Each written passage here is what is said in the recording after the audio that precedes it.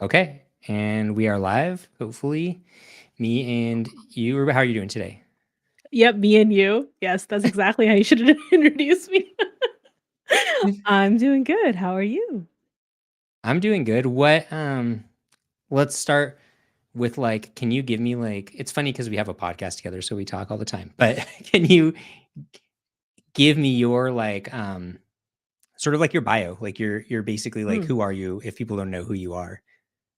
okay. Uh, Hi y'all. I'm Aruba. Let's pretend no one here knows me. Um, my bio. My God, this is so weird. Never done this before. I'm a web developer. I've been working with WordPress for around a decade, maybe a little bit longer. I was a consultant and freelancer kind of person for a really long time, specializing in working with nonprofits and small businesses. And recently I joined a day job, and that's been a wild and fun adventure as well. And as we move into the Reacty kind of world in WordPress, that has become a bigger part of my focus. Yeah, I guess those are all the things. I feel like there's that. There's the Aruba the developer, Aruba the educator, Aruba the content creator, Aruba the core contributor. There's like all these different Aruba the podcast co-host guest, obviously. Um, Obviously. I mean, Yes. how do you this is like my struggle right now. How do you pick which person you're gonna be when you first wake up that day? Where you're like, I know I have 10 things to do for each thing. Recently, for a while, actually, I was trying a strategy where I would wake up really early and then be Aruba the content creator or Aruba the educator for a little while, and then go be Aruba the person with a day job, and then try to do more Aruba other things later. That was a failure. I was tiring myself out, and that and balancing all the things that are happening in life was impossible. So right now I'm trying, let's be Aruba the human and get good amounts of rest. Go do Mhm, the day job thing because that's required. And mhm. then do Aruba the content creator after having had some food after my day job part. Yeah, that's probably healthier than my, which is never the same. And like every day, it's like halfway through one thing, jump over to the other thing. Now the emails are coming in from the clients and all that sort of stuff. Um, okay, I've been so the there. reason, yeah, the reason I want to talk to you today is about your course that you just released the sign up for, right? But the actual course content comes out in like a week or so. Yeah, it comes out on March 4th, so less than a week now, actually. And yeah, a little free course on JavaScript, a crash course on JavaScript Essentials for anyone who already knows PHP in the realm of WordPress. So like what is like your I guess let's start with why. Why did you make this course? Like what made you think I need to do a JavaScript Essentials course? Yeah, so I've taken a bunch of JavaScript courses myself that are like complete courses. However, when you are in a project, in an agency, or doing something, you don't always have a lot of time to start from square one to learn something new. You have a lot of skills, sometimes they're often very transferable in the land of development, and you just want someone to give you, like, just enough of the guidelines so that you can just start jumping in and creating stuff, and I felt like that didn't really exist, and I was constantly looking up stuff in the beginning when I was getting into JavaScript, and then there were some things that I was constantly explaining to people and even constantly finding myself going, "Oh, right, there's this caveat," or, "Oh, there's this thing that I totally forgot." So, at one day, I started writing all of those things down, and I think I literally shared it with you that same day. I was just like, "Brian, here are these things," and there was, like, a list in a Slack message, and that list changed a little bit, but not I think I added, like, a couple more things to that, but then that became this course, because sometimes all we want is just the stuff that we need to get going really quickly, because 'cause we're smart and capable people who can figure it out. We just need the tiniest little bit of help, and this course should give you that. I feel like tell me if this is your journey for development, but my journey was like WordPress, which then led to like jQuery, which then led to JavaScript, and which now has been leading to like modern WordPress JavaScript, that sort of stuff. Um, and so, you know, if I were to say like, if you were to say like, do you have the fundamentals or the essentials of JavaScript under your belt? I would personally have to say like, no, like I came the backwards route, which I think a lot of people in WordPress do. Like you start with like this weird, like you don't even start with PHP. You start with this Yeah. weird abstracted version of PHP that's very bespoke to WordPress. And then you start realizing, hey, I need to like learn these fundamentals. Did you start like at a fundamentals level or did you come to that later? I started Okay, so my development journey probably starts with Neopets. So I learned HTML and CSS to make like custom Neopet shop pages. And then eventually I learned some programming. I took a programming class when I was in grade 9. So I had some of the fundamentals, but then I went straight into WordPress after that. And eventually I went to school for this, but I also started with WordPress first. And oh, you said jQuery and then JavaScript and then React, but I went from jQuery to React to JavaScript. Ooh, yeah. I definitely went from jQuery to like Vue and Angular. And it's really only been like the last year where I was like, oh man, I really like I've been like maybe a few years ago I started doing that website where it's like you don't need jQuery and it would you would take your jQuery function and it would tell you how to do it in vanilla JavaScript and I would try to do that for Yes. everything I would write just to like teach myself just to get rid of the dependence even though like Yeah. there's nothing wrong with jQuery if you're using it. Yeah. Yeah, totally. I mean, there was a time when I think I don't know, it was fairly recent, less than 10 years ago, when JavaScript started to get really good, and it was actually not that much harder to do some of the things in JavaScript that you would usually reach for jQuery to do, you know? And I think that's when a lot of people started doing that, and that's when that site cropped up. I think it's literally the site is called "You Don't Need Like jQuery" or something. I have to look it up now. it's like you might not need jQuery. I don't know if it's literally that That's .com, but I it. remember It getting is. It is. You it's might not you need might jQuery.com. .com. You should pull it up. Yeah. Oh yeah, let's do it. Oh man, because honestly, I don't know. I've been seeing a lot of people talk about this. I'm gonna pull it up.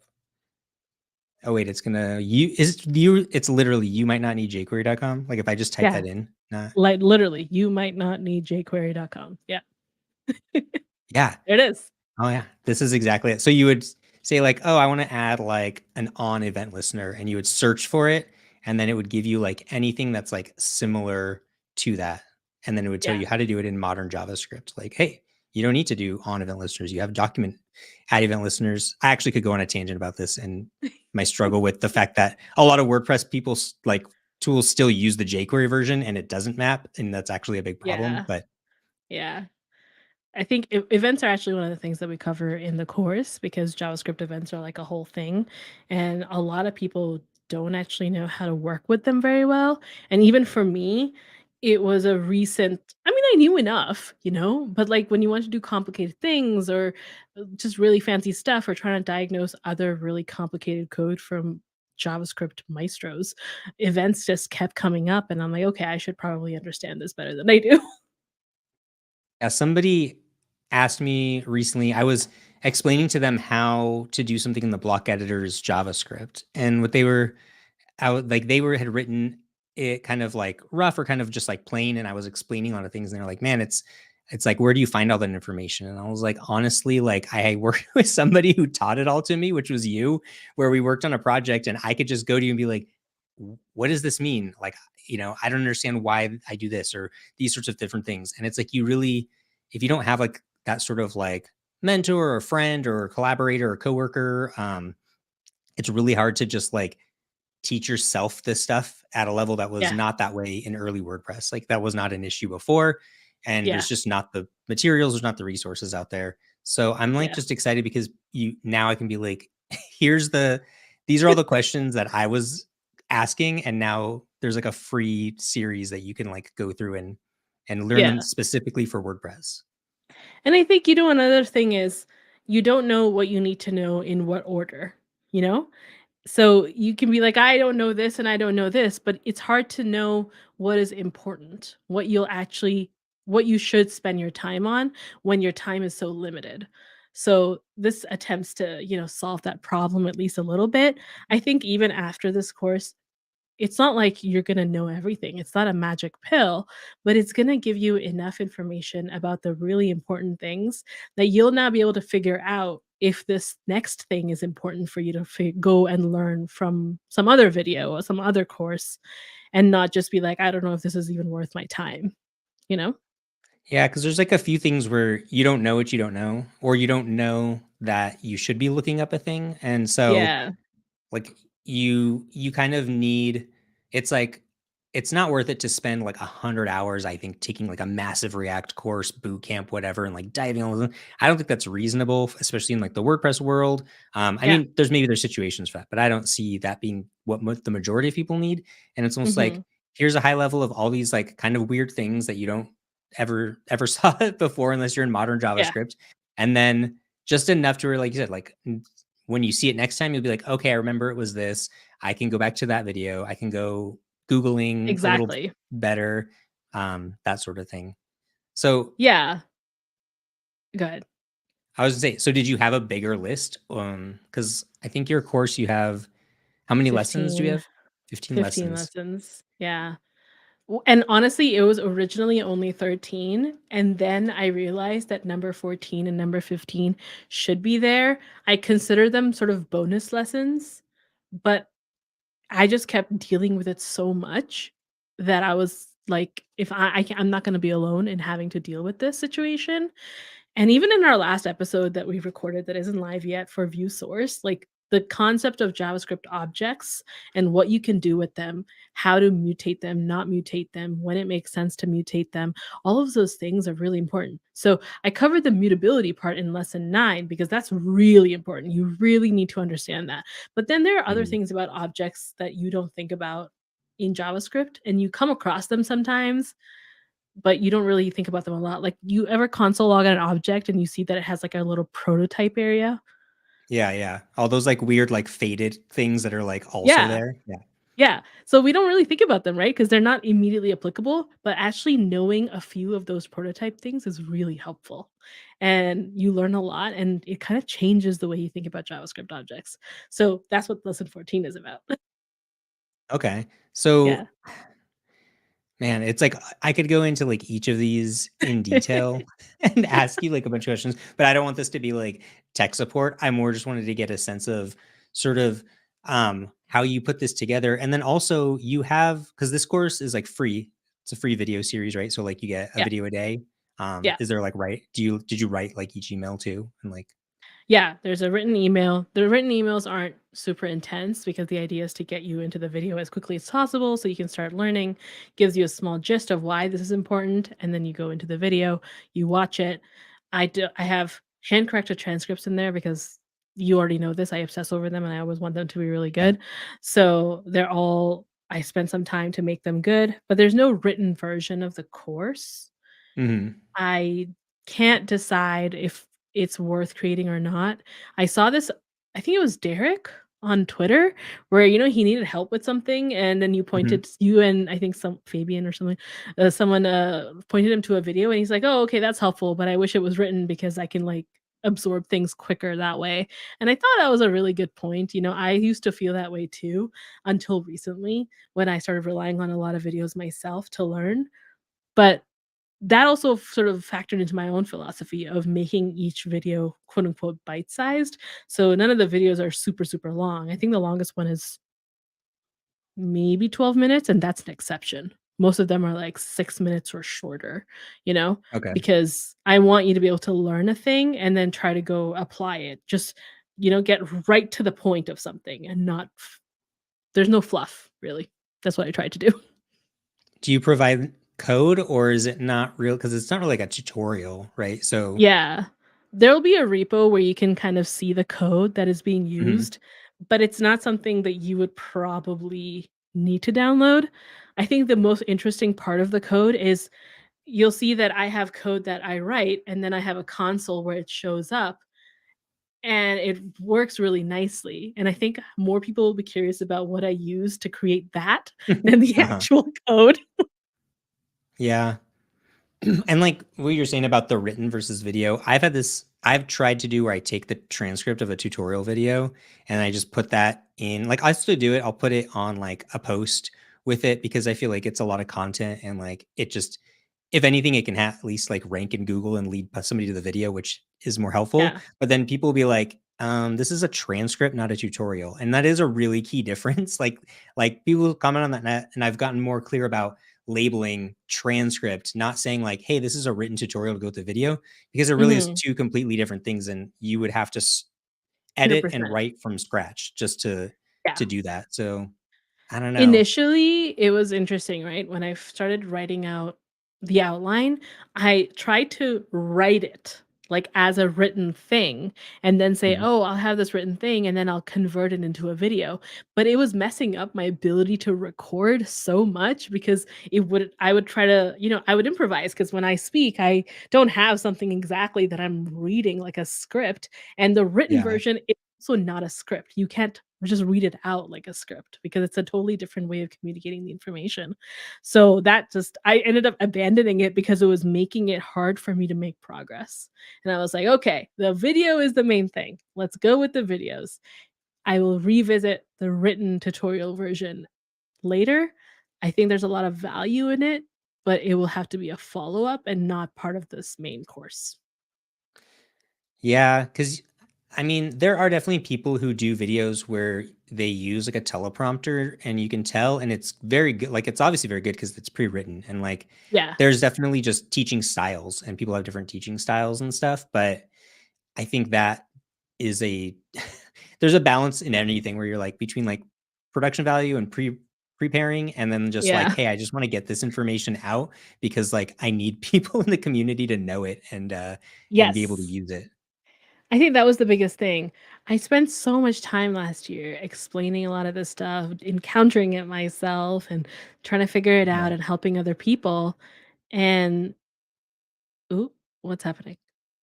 Oh, I think my internet connections or something happened for a second there. I think it was me, but Mm, yeah. I think you're good. Yeah. So I felt it was more important to refine it enough so that it's going to be valuable and easy to grasp and then just get it out there, Because I really did mean it. I hear about it all the time in the community in the WordPress world right now. Some people are frustrated and don't know enough about JavaScript and are struggling with it. Well, let's fix that because it is the future. Whether we like it or not, it is the future. So we just need to deal. If you were just starting today and you were looking at WordPress and you were like, I need to focus my skills, would you say like, I mean, obviously it depends on what you're going to try to do. I think if you're trying to build products versus websites, that's a huge difference and that sort of thing. But like, would you say like start at JavaScript, or would you say like if somebody's like, no, I really want PHP, would you say like, hey, go use like, stay Matic and Laravel and that sort of thing? Or like, what would Oh your advice man, that's be? rough. I still think that the main core of WordPress is PHP and that understanding the PHP side of WordPress is important in order for you to be properly productive in the JavaScript version of WordPress. I don't know. I If someone only wants to learn one language, they probably should not choose WordPress right now. Yeah. Or they should install the classic editor plugin. That's terrible advice. I'm just I kidding. know, it is no, but I Uh, mean, I can't think of a different way, right? There was a time where you could get away with just knowing HTML, CSS, some PHP, throw in some jQuery that you found on Stack Overflow, and wham, bam, boom, you're done. That's not the case anymore if you wanna use the block editor. It just isn't. You need some yeah. JavaScript stuff, and you can't use jQuery because block editor is not jQuery. Yeah, and I mean, it's like at the end of the day, it's what are we like? Is it 5 years or 7 years since this project and since like learn JavaScript deeply and all of that? I feel like we're on year, I want to say seven, but I could be wrong. Maybe it's five public plus like the kind of 2 years of like build up. I'm not sure. You look it up while I talk. The I basically what I'm saying is like I think we've hit that tipping point where like if you're not interested in learning JavaScript, like the ship has kind of sailed and it's only going to get harder and harder. But WordPress has this extra thing where you do have to understand everything. 8 years. We're on the eighth year. 8 years I guess since that Matt make Mullenweg said, "Learn JavaScript deeply." yeah, and I was just looking, we're 2 years since full site editing was launched in core, and we've had Right. 2 years of a or 3 years of a default theme that's fully like site editing based, 3 years. right? Yeah. So like these things are here, the block editor is here. Obviously, like there's a separate conversation about like adoption of the site editor and that sort of stuff. But like if you want to do fancy things with WordPress, you're either really have to get really good at picking out plugins, or you're going to have to, which is a certain type of workflow and is really good too. Yeah. But if you want to start getting custom or building products on top of it or anything like that, like I just think like it's time to do this. Like, and I'm saying that to myself. Like it's time to really understand JavaScript, you know? Yeah, especially if you wanna stay close to core. I mean, hey, Bricks exists, Elementor exists, Bakery v Bakery still exists. You can Mhm. still use those things. Divi still exists. You can still use those things and not use a lot of JavaScript or have to do stuff, but that has its own set of problems. Yeah, exactly. Like I don't think there's anything wrong with like a page builder workflow and stuff. It also Yeah, I just agree. depends on your clients. If you're building websites, it depends on your clients and their budgets and their expectations. If you're Mhm. trying to build products on top of WordPress, I think it's a lot smarter to go the core route. But honestly, if you're building a product for WordPress, there's a good chance you're going to build an Elementor integration and a Divi integration at least, and probably other ones as well, because that is a large part of the market. But I think in any of these situations, I would be shocked if under the hood Bricks is built not using a ton of JavaScript. Yes. I I used to use Beaver Builder. That was a React, kind of like application on top. Like Right. that's how these things are going to be built. Yeah. And so I people who think like, hey, let's make an interactive WordPress experience that doesn't use JavaScript, like it's just that's not like how technology works, you know? Yeah, agreed. Even if you use the interactivity API, you still need to know JavaScript. You still need to know JavaScript, you know? Yeah. So right now you have this, you have the paid um Thoughtful blocks thoughtful block. user Yeah, interface, yeah. maybe you could do like a quick comparison of what that is to Mm. this. TBUI, so thoughtful block user interfaces, is about how to design your blocks, how to structure them in a Mm, way in the editor and kind of on a code level as well, so that they are user friendly and going to be sustainable for the long term. So I talk about things like, how do you name your block? What kind of icon is even appropriate for your block? What belongs in the canvas? What belongs in the sidebar? When should you put settings in the toolbar? It goes through those sort of architectural things that I think a lot of us don't think about enough or at all sometimes when we're creating blocks, and we're used to thinking about blocks. A lot of people start thinking about blocks as data containers, but they're not just data mhm. containers, they're also design tools, and they're being used by users who are not necessarily technical, and you need to keep that in mind so that you're creating an experience that helps them, and therefore also helps you because then you get less support requests and less like, "I don't know, that didn't work the way I thought it would," or "How do I do this?" If you make it clear and you make it obvious in a way that matches the language of the block editor, you're probably gonna succeed better over the long term. So that's what that particular course, which in start to finish, I believe is less than an hour, so I think it's like 15 minutes, is meant to help you figure out. So it's a Okay. little bit And more so niche. You already have to be into blocks, you already need JavaScript. It's not gonna talk about those things, it's talking about more high level architectural things that people don't start thinking about until they start to make many more blocks. yeah, and it's I mean, like you're saying, like there's not just the like coding language, like you're in the past, like you kind of didn't care what the content editing experience was, and the back end of WordPress was ugly, and it was a bunch of tiny little boxes, and you would be like, "This is your header, this is your paragraph. Pick an image that'll turn into something on the front end."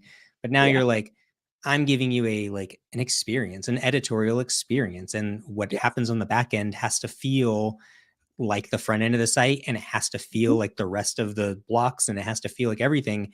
And Right. the only way to do that is to like know how the block editor works, know how the underlying data structures of WordPress work, and know all these different things that like feed And into understand it. that paradigm, like, it's a whole different Yeah. way of operating in the editor.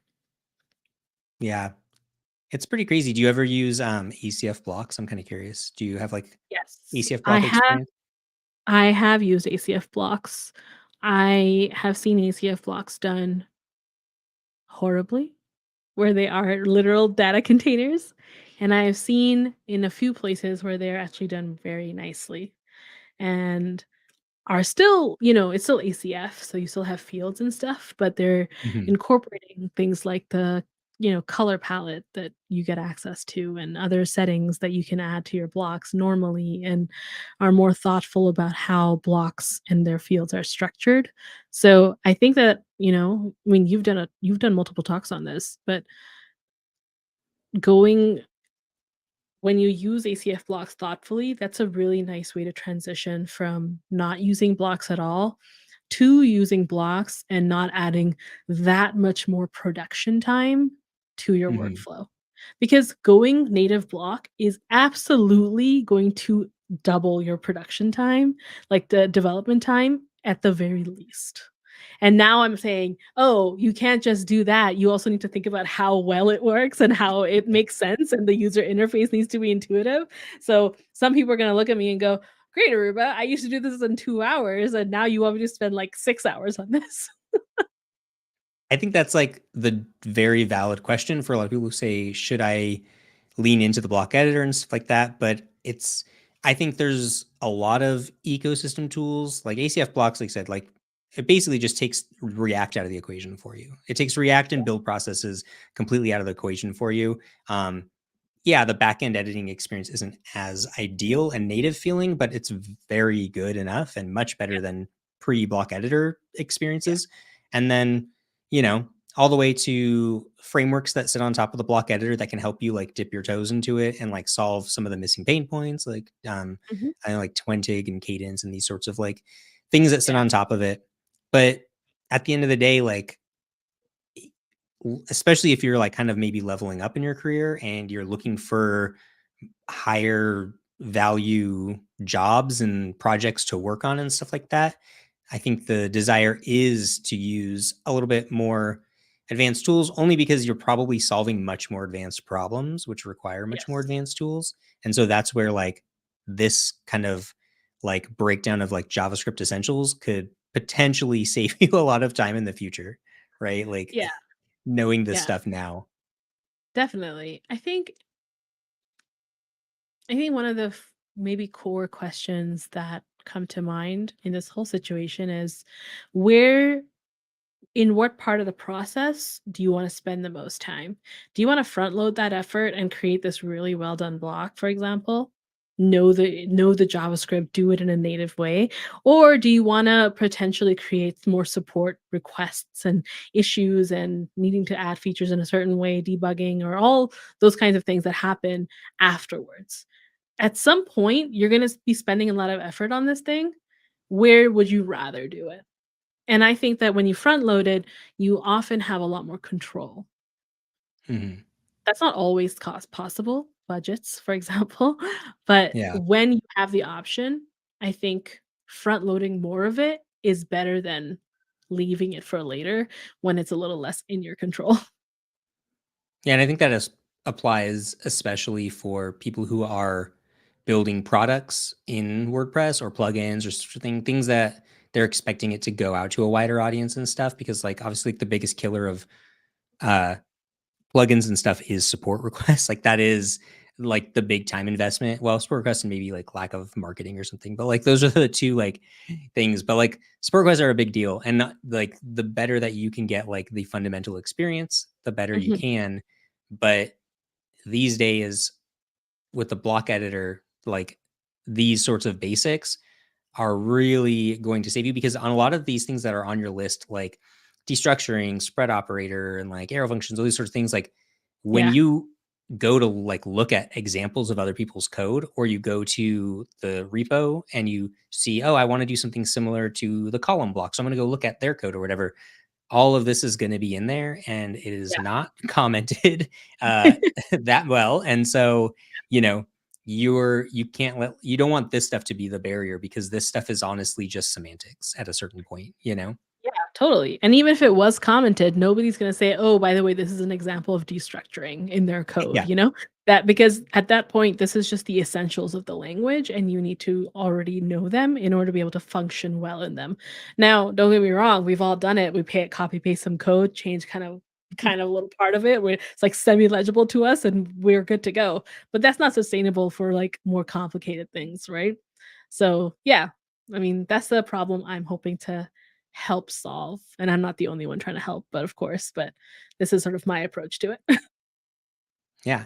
Well, thank you for taking time to chat with me. I wanted to honor the 30-minute window that I set up.